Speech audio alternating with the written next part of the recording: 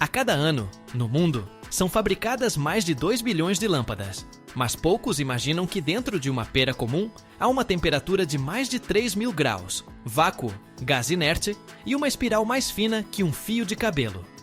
Sua jornada começa nos fornos, onde a areia se transforma em vidro incandescente, e termina na câmara de testes, onde cada lâmpada deve acender na primeira tentativa. Mas há um momento na produção que é cuidadosamente ocultado. Se você assistir até o final, descobrirá o principal segredo do que realmente acontece dentro de uma lâmpada, no momento em que ela é ligada.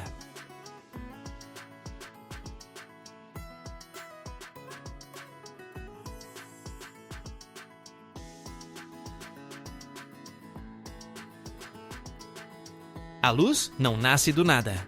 Na fábrica de lâmpadas, tudo zune, brilha, pisca e transforma vidro, metal e gás em milhares de fontes de luz todos os dias. Tudo começa com o bulbo de vidro, claro. Mas de onde vem o bulbo de vidro? Na maioria das grandes fábricas, os bulbos de vidro são feitos no próprio local. É parte da mesma linha de montagem. Tudo começa com areia de quartzo, soda e calcário.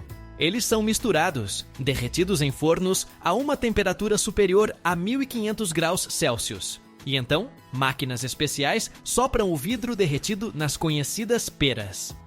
O processo é totalmente automatizado. Tubos ou gotas de vidro são alimentados em um molde, onde o ar é soprado, e o vidro assume a forma necessária do bulbo. Em seguida, ele esfria. É verificado quanto a microfissuras e segue pela linha para a fase de inserção da espiral de tungstênio.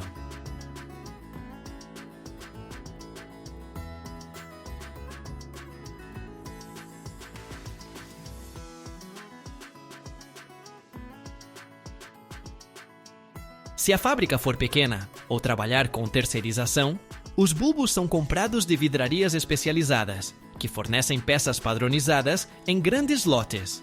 Mas nas fábricas modernas de produção em massa, o vidro é derretido e moldado por elas mesmas, pois é mais rápido, mais barato e mais preciso.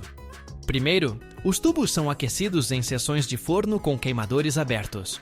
Um fluxo de ar quente e chama gira em torno do vidro, até que ele comece a brilhar em um laranja vivo, como metal incandescente. A temperatura sobe acima de 1.000 graus. O vidro se torna macio como cobre na bigorna. E aqui entra a automação.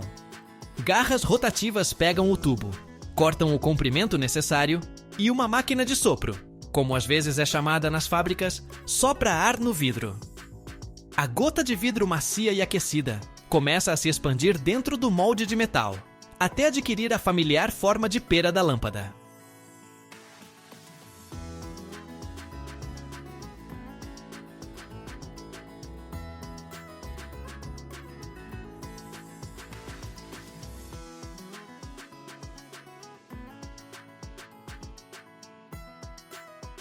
Às vezes, alongada ou até esférica, dependendo do modelo. Tudo leva menos de um segundo, mas neste segundo há décadas de tecnologia e cálculos precisos. Espessura da parede, uniformidade do arco, tamanho do soquete, tudo sob controle. Em seguida, o bulbo se move lentamente pela esteira, entrando em uma seção de resfriamento controlado. Lá, sua temperatura diminui gradualmente para a temperatura ambiente, para que o vidro não rache. Isso é chamado de recozimento, uma etapa necessária para aliviar a tensão interna. Em seguida, vem a inspeção visual. Câmeras detectam defeitos e detectores especialmente sensíveis, irregularidades microscópicas. Apenas os bulbos perfeitos chegam à zona de montagem. Assim que o bulbo de vidro esfria e passa na inspeção, ele é pego por outra linha, onde o coração da lâmpada está apenas esperando por seu lugar. É o filamento de tungstênio, um fio finíssimo, enrolado em uma mola apertada. Com ele não se costura uma camisa, mas com ele se pode aquecer o ar.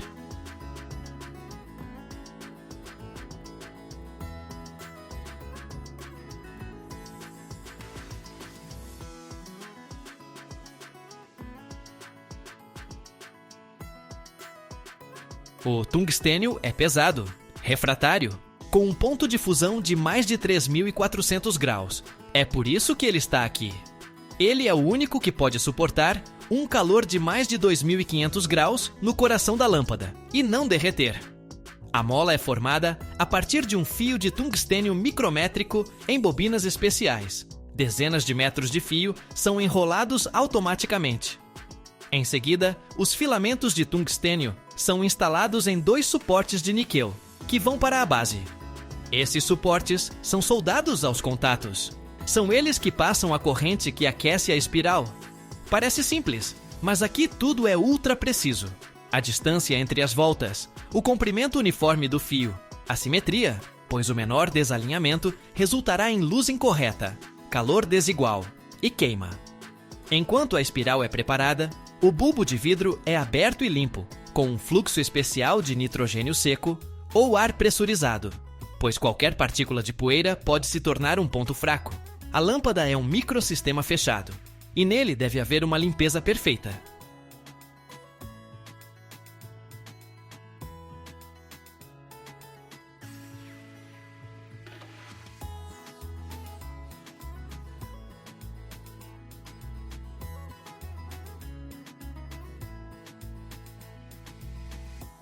Em seguida, a montagem do núcleo. A espiral de tungstênio com seus suportes é inserida na parte inferior da lâmpada. O pé, que foi previamente feito de vidro resistente ao calor. Aqui, mecânica e resistência térmica se combinam. É o local onde ocorre o contato entre vidro, metal e gás, e deve suportar dezenas de acionamentos por dia durante meses. Agora, a evacuação do ar. A lâmpada ainda está aberta, através de um estreito orifício técnico no bulbo. Um tubo é inserido e conectado a uma bomba de vácuo. Tudo o que é supérfluo, oxigênio, umidade, micropoeira, é aspirado do bulbo, e a pressão cai para quase zero. Em seguida, um gás inerte é injetado na lâmpada, geralmente argônio ou uma mistura de argônio com nitrogênio.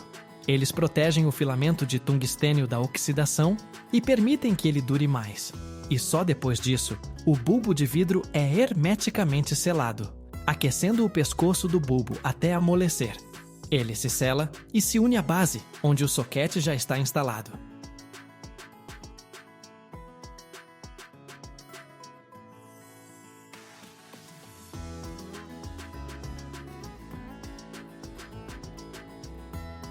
O soquete, aquela mesma espiral de metal ou 2 pinos, dependendo do tipo, com a qual a lâmpada é rosqueada no bocal. Ele é soldado ou crimpado com um pequeno isolador de vidro, que garante o isolamento elétrico entre os contatos. Nesta fase, a lâmpada está quase pronta. Mas ainda mais importante é o teste de funcionamento. Todas as lâmpadas passam por um teste. Por um instante, uma corrente é passada por elas, a espiral se aquece, e qualquer defeito é detectado imediatamente. Se a lâmpada não acender, uma máquina a descarta em uma caixa de rejeitos. Se ela brilhar uniformemente, sem piscar, ela segue em frente. Em seguida, testes seletivos de impacto e temperatura. As lâmpadas são derrubadas de uma pequena altura, na embalagem, testadas quanto ao superaquecimento, e seu tempo de funcionamento, sob tensão reduzida, é verificado. O tungstênio deve brilhar não com uma luz branca, mas com uma luz amarelo quente, que não ofusca os olhos.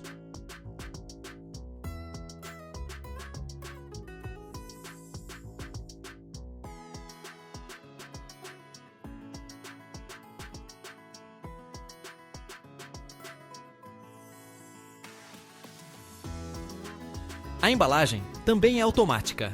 As lâmpadas são classificadas, inseridas em tubos de papelão ou células de plástico, que as protegem de impactos. Tudo isso em minutos. Do tubo de vidro à lâmpada pronta, leva apenas de 3 a 5 minutos. Algumas linhas modernas produzem 6.000 lâmpadas por hora, sem parar 1 minuto. E quando no supermercado você pega uma lâmpada comum, lisa, leve, transparente, nela está contida toda essa jornada. Vidro, fogo, gás, metal, automação, foco. E tudo isso para dar luz a um cômodo.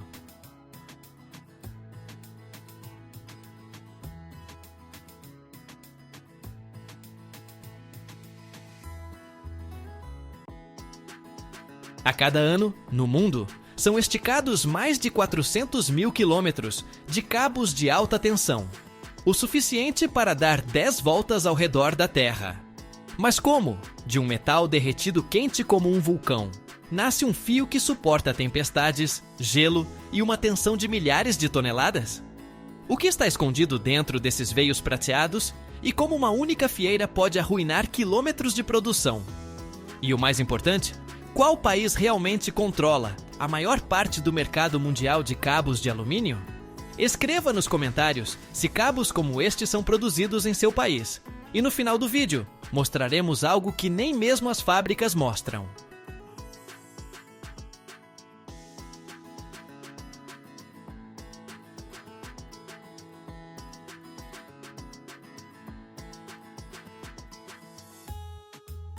Tudo começa, como convém às coisas sérias, com fogo. Mais precisamente, com a fusão dos metais que se tornarão condutores de energia pura por centenas de quilômetros. O material principal para os cabos de alta tensão é o alumínio, às vezes com adição de magnésio, silício ou ferro para aumentar a resistência. Ele é leve, conduz bem a eletricidade, não é muito caro e, o mais importante, resiste às condições externas.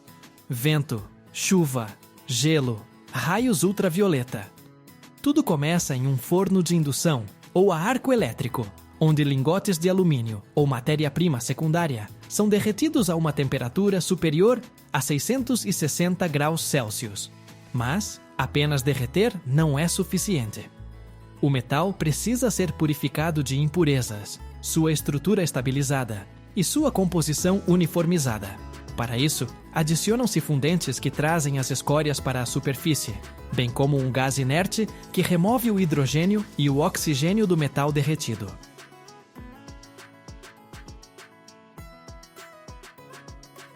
O alumínio quente é vazado em cristalizadores, onde um lingote contínuo é formado. Uma haste de metal longa e grossa, às vezes com 20 ou 30 centímetros de espessura, da qual o fio será posteriormente trefilado. Este processo é chamado de lingotamento contínuo, pois o processo não para. O metal derretido é alimentado constantemente e o lingote avança, solidificando-se lentamente. Nesta fase, o futuro fio ainda não se parece com ele mesmo. É um tarugo maciço, brilhante, quente, parecido com a espinha dorsal de um titã adormecido. Quando o metal já solidificou e tomou forma, ele ainda não é um fio. É apenas um músculo sem fibras. E para que ele se torne flexível, forte e longo, ele precisa ser esticado. Esta etapa é uma das mais importantes na produção.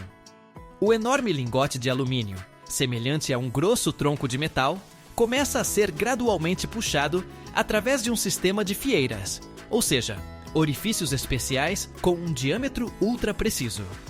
É como puxar um corpo por portas cada vez mais estreitas, dezenas de vezes. Cada fieira comprime o metal e o estica em um perfil mais longo e mais fino.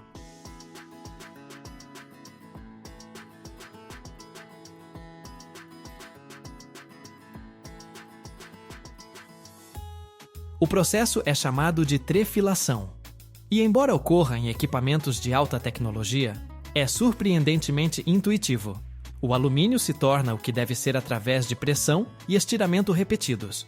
Cada passagem reduz o diâmetro em milímetros, mas adiciona metros de comprimento. Ao mesmo tempo, é importante não superaquecer o metal. O atrito pode fazê-lo perder a plasticidade e rachar. Por isso, as máquinas de trefilação são equipadas com sistemas de refrigeração que irrigam o fio com óleo ou água com aditivos, mantendo uma temperatura estável. Às vezes, nesta fase, um núcleo de aço é adicionado ao fio. É um cabo fino e resistente, que serve como espinha dorsal. Tal fio já é chamado de condutor de alumínio com alma de aço. O alumínio é responsável pela condutividade e o aço pela resistência ao vento, ao gelo e à tensão por quilômetros.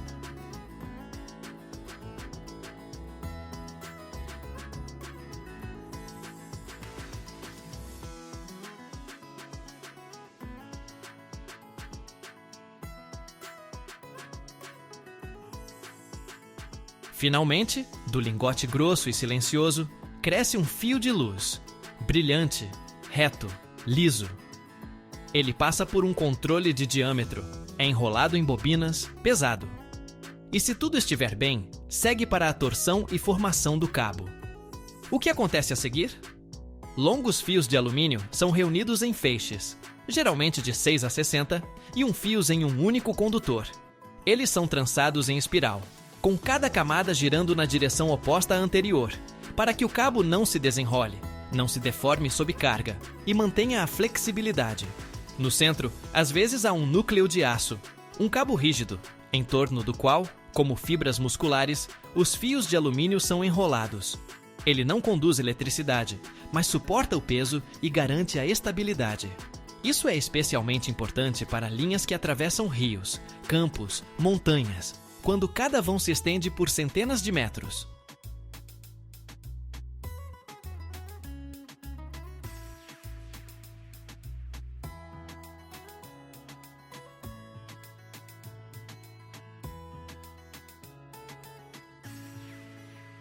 Uma grande máquina de torção, semelhante a um fuso gigante, trabalha sem parar. Ela gira, estica, alinha. O operador observa através de um painel transparente se a espiral não ficou muito apertada ou muito frouxa em algum lugar. Porque até mesmo um erro de 1 milímetro em 10 km de cabo já é uma ameaça. Embora o alumínio não tema a corrosão, muitas vezes aplica-se um revestimento adicional ao cabo. Às vezes, os cabos têm proteção térmica ou resistência ao superaquecimento.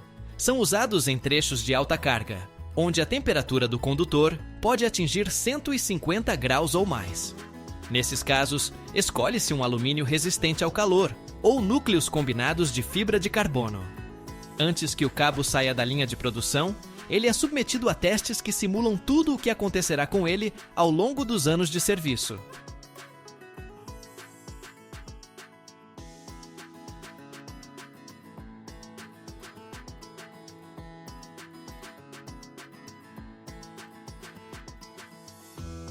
Ele é esticado até o limite, carregado com peso, torcido e dobrado. Isso é para descobrir se ele suportará a tensão entre dois postes, se não se desfará após 1000 ciclos de vibração eólica. Em seguida, o condutor é conectado a uma fonte de alta tensão e aquecido até a temperatura de trabalho. Observa-se se a estrutura começa a ceder, se o revestimento se desprende. Também se verifica a resistência do cabo à corrente. Idealmente, quase nenhuma. Porque quanto menor a resistência, menores as perdas no sistema. Por fim, um pedaço do cabo é colocado em uma câmara com névoa, sal, raios ultravioleta e deixado por várias semanas. Se depois disso ele enferrujar ou perder a flexibilidade, não irá para o campo. O cabo pronto é enrolado em enormes carretéis, bobinas pesando até várias toneladas. Um carretel contém vários quilômetros de condutor, cuidadosamente dispostos em camadas. Cada um tem um passaporte, composição, data, testes, lote, condições de armazenamento. Porque um cabo não é apenas um cabo. É um trabalho de engenharia com caráter, que deve funcionar por décadas sem direito a erro. Depois, caminhão, trem, navio. E ele parte para o local onde será esticado entre as torres, montado por especialistas, aterrado, conectado. E assim que a tensão for ligada, ele cantará com um zumbido fino, quase imperceptível no ar. Será o som de confirmação de que a luz aparecerá onde era esperada.